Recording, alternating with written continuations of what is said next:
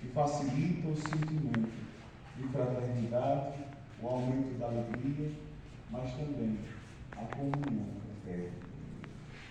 Peçamos a Deus nesta manhã recíproca, a fim de que sejamos também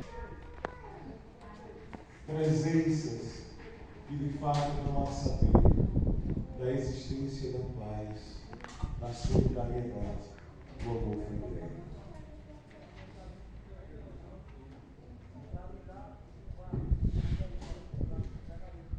Oremos.